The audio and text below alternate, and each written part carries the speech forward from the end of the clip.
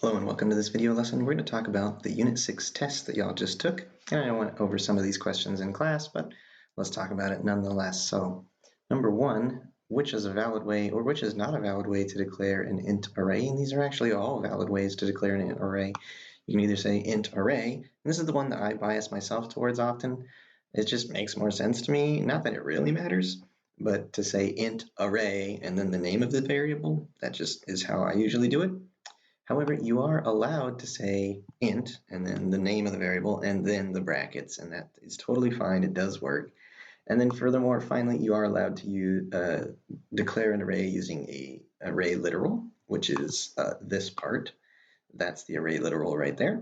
And they're all valid. So all of those are valid is the correct answer. Number two says, which of these will return the last value of an element of an array named ARR, or I'll just call it R. And if I say r.length, that's how many things are in the array. So if the length of, if there's 5 things in the array, that just tells me 5. That just tells me that there are 5 things, but it doesn't tell me what the last thing is. Again, r.length minus 1, well, it just tells me the length, how many things there are, but minus 1. So if there were 5 things in the array, it would tell me 4. This is getting warmer. We need something inside those brackets, those square brackets, in order to find an actual element of the array. It's like, this is the array, I want the spot here. However, this spot does not exist, and it never exists. If you say array bracket array.length, you're saying, I want the element of this array in spot, well, its length. But since it starts counting at 0, its length is never a spot in the array. It's always going to be out of bounds. And, just to show you what I mean, if there's 5 things in the array, then there is array spot 0, array spot 1, array spot 2, array spot 3, and array spot 4. But this would calculate the length of the array, which is 5. And so it says, I want the thing in the array, the element in the array at spot 5. There is no spot 5, and there never is a spot 5 in an array of length 5. It just doesn't happen because you start counting at 0 with arrays. So that is always going to be an error, which leaves option D. This is the correct one. If the array.length is how many things there are, take away 1. This is, for the case of a length of 5, this would be 4, and that will always give you the last element of the array. That being said, you gotta be careful, because if it's an empty array, if the length of the array is 0, that's going to give you spot -1, which is also going to be an error. So it is actually still possible for option D to cause an error. So before you say array, array.length -1, you should put in a check that says, hold on, if it's an empty array, just don't do this. Don't try to find this element. Number 3, select the option that would return true given the array named R, defined with the values 7, 1, 3, 8. And this says array 1 is the same as, now it's not setting it equal, it's asking a question. Is array 1 equal to array bracket array.length minus array 0? Well, we just said in the previous problem that this is going to cause an error every single time. So it's definitely not A. Because no matter, this is an array of length 4, and so this is going to say array at spot 4, but there is no spot 4, there's spot 0, 1, 2, and 3. Spot 4 is going to give you an error. Let's try B. We have array 3. That is going to be this element here, 0, 1, 2, 3. And that equals array 0 divided by 2. Well, is 8 the same as 7 divided by 2? I don't think so. So it's either C or none of these, which I just realized doesn't have a letter there. What the heck? There. Array 0, is that the same as array 3 minus array 1? Well, here's array 3. Here's array 1. Not because it is a 1, but because it's in spot 1, 0, 1, right? And so that's 8 minus 1, and that's the same as spot 0. That's the same as 7. So it is, in fact, C. Good. Number 4, what is the value of array bracket array.length divided by 2? I almost said minus. If the elements are 5, 4, 3, 2, 1. Well, that is a length of 5 And so array.length is 5, but we're going to divide that by 2. And as everybody knows, 5 divided by 2 is 2 because we cut off the extra in integer calculations. And so this is the array at spot 2. So we are at 0, 1, 2, and 3 is the correct answer. Number 5, given the array from question 4, so in other words 5, 4, 3, 2, 1, how many times would you expect the following loop to iterate for? And the reason that we put expect in there with underline is, well, of course, depends on the code that's inside the for loop. If the for loop has code inside of it that says, I minus minus, I plus plus, that messes with the I value, which is how we navigate the indices that we're looking at, well, then it's not going to run for the amount of times that you would expect it to. But barring any of that nonsense, we're starting at 0, and we're going for the length of the array. In other words, we should be hitting every element, except that we're skipping over every other one because we're adding 2. So we start at array 0, then we go to array 2, then we go to array 4, and that's the end of the array. Again, we're using this array, so here's spot 0, 1, 2, 3, 4. So only those even indicized arrays. Even indicized? I'm going to say that that's a word. Only those even index elements are the ones that actually have the code run for it. And so that was 3 of them. And so our correct answer is A. So in number 6, we have an enhanced for loop. And we're asked, what does the following code snippet do? And we are having this array, right? And every integer in that array, we're going to take and store into this temporary variable that we call num. Okay, cool, that's fine. And so that means if the array was 5, 4, 3, 2, 1, like it was for number 4, well then we would take 5, store it into num, then take 4, store it into num, then take 3, store it into num, and so on and so forth. And it says num plus equals 5, and then system.println num. Okay, that's fine. So increasing 5 to num, what it's really asking is, does this actually change the original array? And no, it does not. And that's because these are primitive values, and when you take a primitive value and make a copy of it and store it into some temporary variable, it is just that, it's a copy. It's not going to affect the original if you change the copy. So this variable does get increased by 5. So if the original array was 5, 4, 3, 2, 1, it's going to print 10, 9, 8, 7, 6. But the original array, yeah, it's still going to be 5, 4, 3, 2, 1.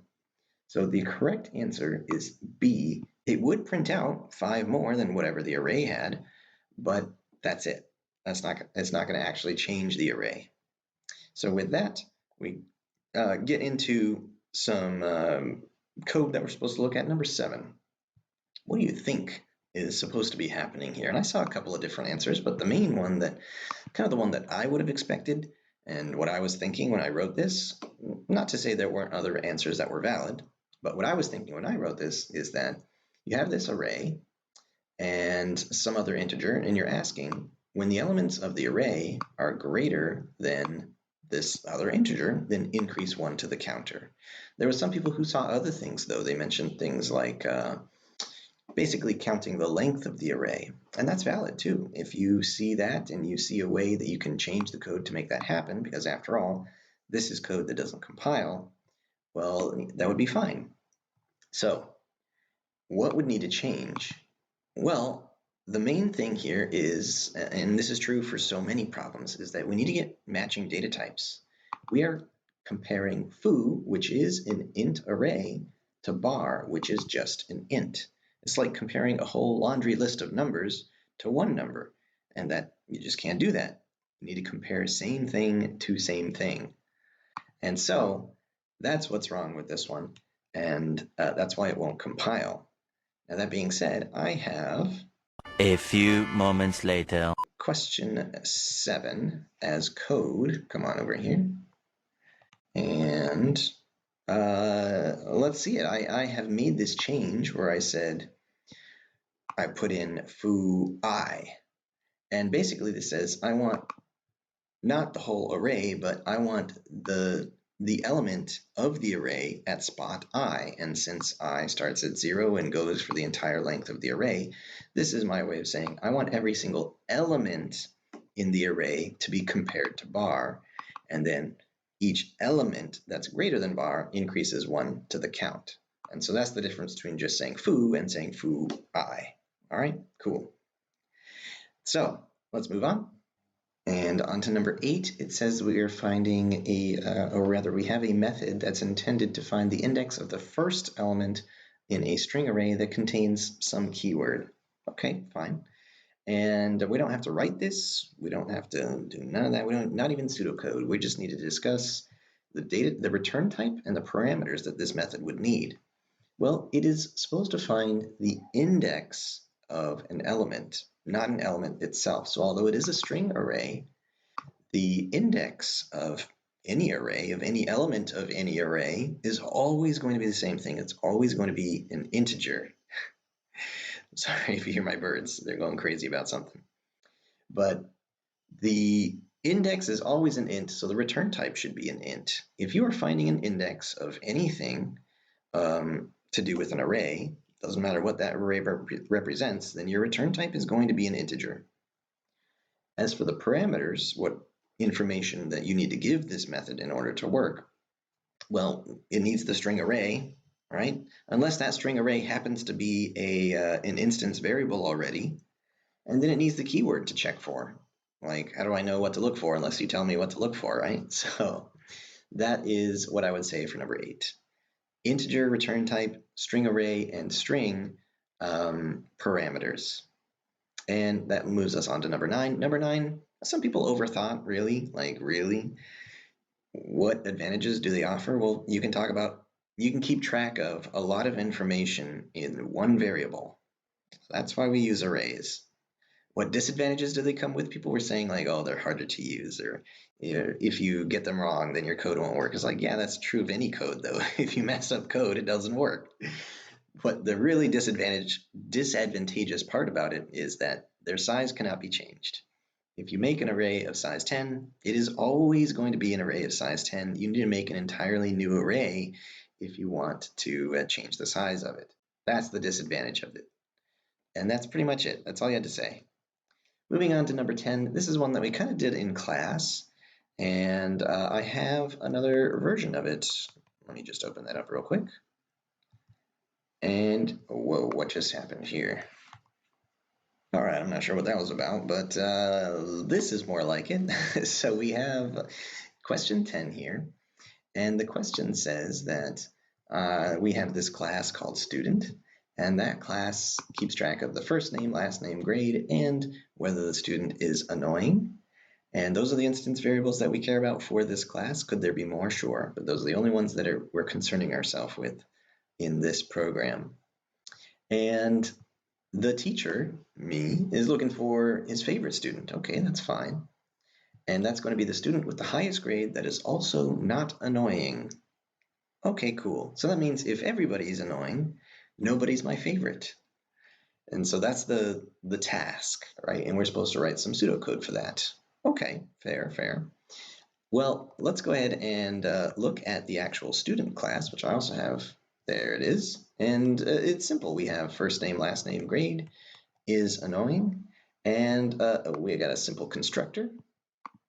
And we have getter methods for each of those. Doesn't even bother with setter methods because we don't need them for this particular program. If I was writing a real application, yeah, I would probably want to put that, but whatever.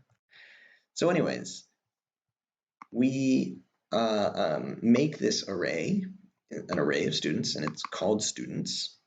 And it's got 5 students in it. Of course, we got Bruce Banner, Peter Parker, Matt Murdock, Sue Storm, and Otto Octavius. Very nice. The only ones that are not annoying, however, are Matt Murdock and Sue Storm. So everybody else should not be my favorite student. Not even Peter Parker, who can see his grade is 99. And yet still, not even him, because he's annoying. Sorry.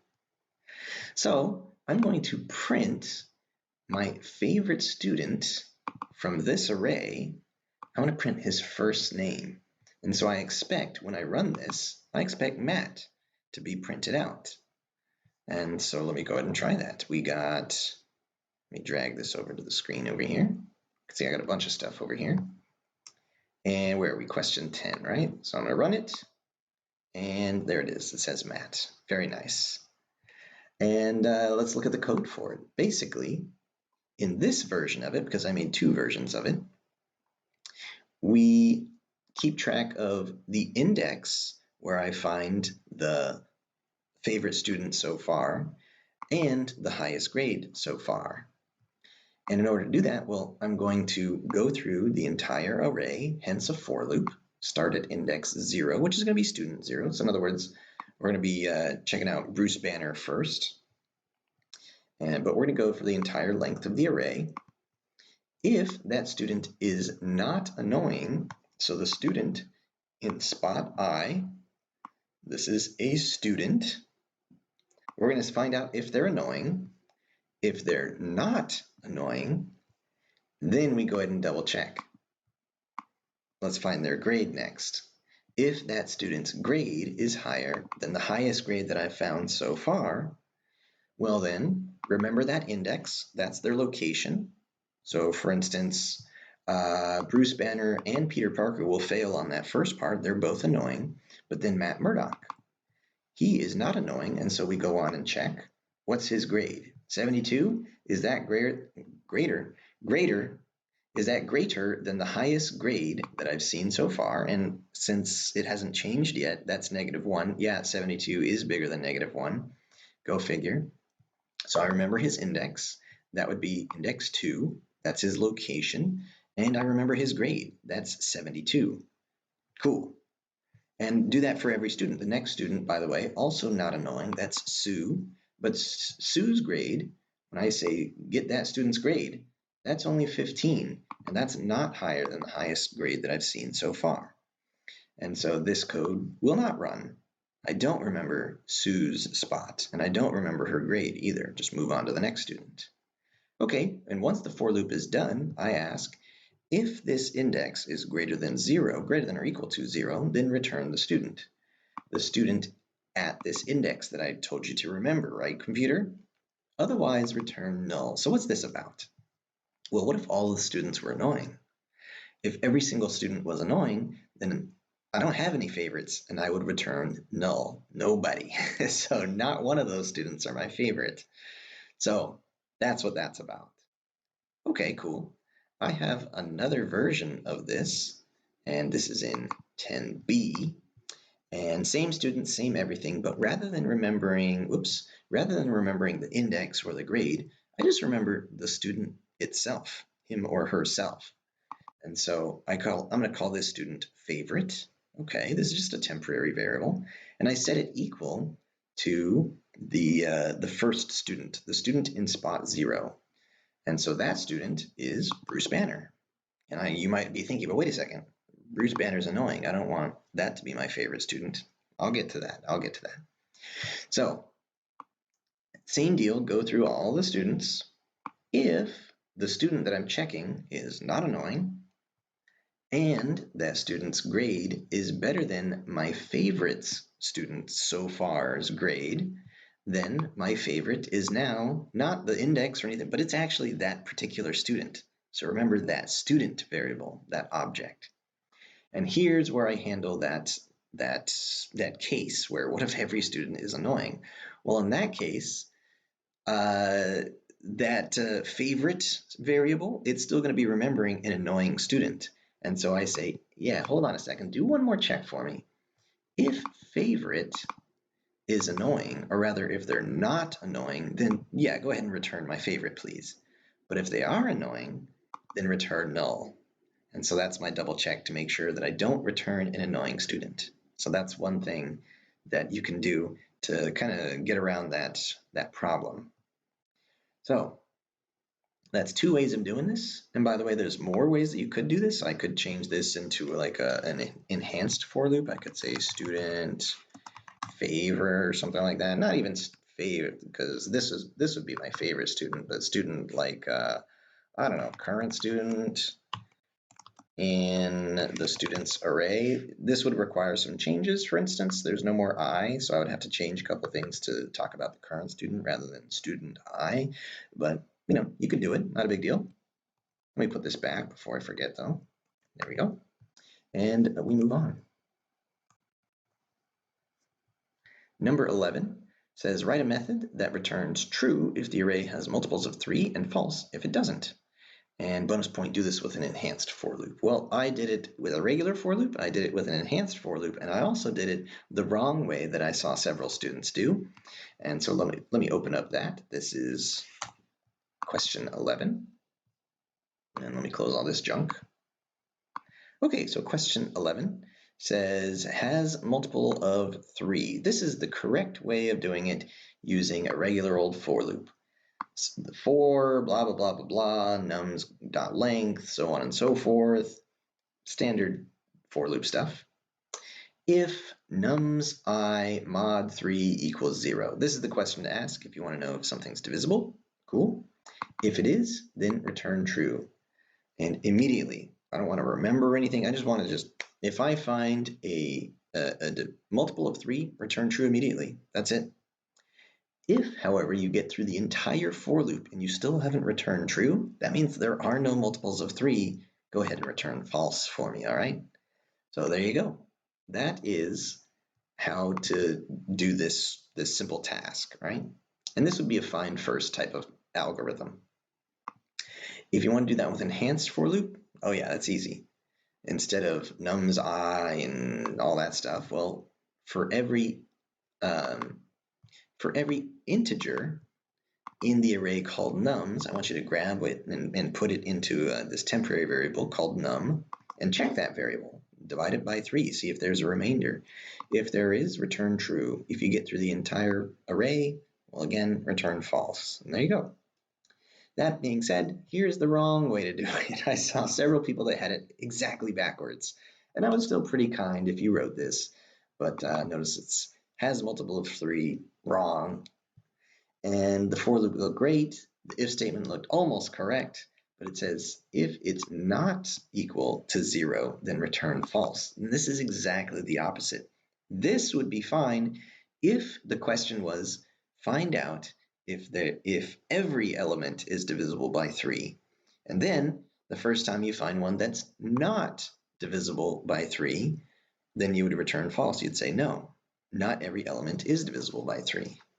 But that's not what the question says. I'm looking for is at least one element. So it's just kind of backwards thinking, but you're pretty close if that's what you said. And I did see several students do this. And just as proof, let's say your array was, let's see, 1, 2, 3, 4, 5, right? If that's the case, one of those numbers is divisible by 3, and so we should say true. But the first thing that we check is 1. 1 mod 3 is not equal to 0. It's going to return false. And it says, nope, there's no multiples of 3 in here. And that's because the first thing that it checked was not a multiple of 3.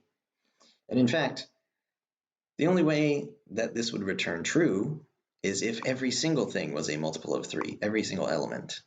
So that's what's up with this one. And that brings us to our final question, number 12. Write a method that accepts a string array and then returns the array in the exact opposite order. And again, there were some issues with this one, but overall, not too bad. I have this string array that I made as kind of short little funny story. 5 zombies, 4 bullets, 2 zombies. I'll let you think about that one. And with that array, I'm going to reverse it and then save it back to itself. Sure, why not? And then I'm going to print it out just to show that it is in fact reversed. Oop, I can see I was testing out the wrong version of it. Let's try this. And so if I have this array and I reverse that array, then I'm expecting to see exactly the opposite of that. So let's check it out. Oops, there it is. And we can see it has been reversed. 5 zombies, 4 bullets, 2 zombies backwards. All right, cool. And oop, where's the code? There it is. Let's see how I did it. Well, I made an entirely new array because That's one of the limitations of arrays, is that oftentimes you have to do that. Not every time, but oftentimes. And I set it equal to the same length because I just want to reverse it. I don't want to add or remove anything. And then I set up my for loop, go through the entire array. This is the thing that some people kind of missed on. And my new array, I want to start at spot 0. And I want to take the element at the end of the original array. I saw a lot of people that said new array I equals the old array I. That's not going to work. That's going to match them one-to-one, like exactly the same elements. That's just going to copy it. It's not going to reverse it. So I want spot 0, because I starts at 0, to match up with the end. That's the array dot length minus 1. That's the last element of the original. And then as I increases, I want the indices that I'm checking in the old array to decrease, and that's why I'm subtracting I. And so this is the correct line of code for that. I matches up with array.length minus 1 minus I in the old one, and then return the new array. So I saw some folks trying to do that without creating a new array, and that's just not going to work. So let's see why not. And I'm going to go ahead and put this back to the wrong version. And let's run it and find out. And it says zombies 2 bullets, bullets 2 zombies. What the heck? It made a mirror. It didn't reverse it. It just kind of mirrored itself. So what the heck's going on there? And going back to the code, what it's doing, if you don't make a new array and you're just trying to say, yeah, I want the beginning to match the end and then kind of go like in reverse like that, okay, that's fine. The first element will be the last element, and so this is going to turn into zombies. Oops. And then the next element is going to match the next element from the end, and this is going to be 2. And then the next element is going to be the next element here, but then there's a problem. That's not. Oh, I messed it up. What just happened? No. Let's ignore that just happened. And then you see, but the original at the beginning is now erased. So now it's going to say this element should match that element, but it already does. And this one matches this one. And so that's what's happening there. That's why you have to make a new array, or you need a specialized method called like swap or something like that. Because if you swap their places, that's fine. You can do that. But if you just overwrite it, that's not going to work. So that is the solution, or rather, that's an incorrect solution. The previous one was the correct solution for how to get that method to work. All right, so that concludes this test review. Hopefully that made sense. Let me know if you have any more questions, and of course, keep an eye out for redoing the test and all that stuff. So, hope it was helpful. See you again next time. Bye-bye.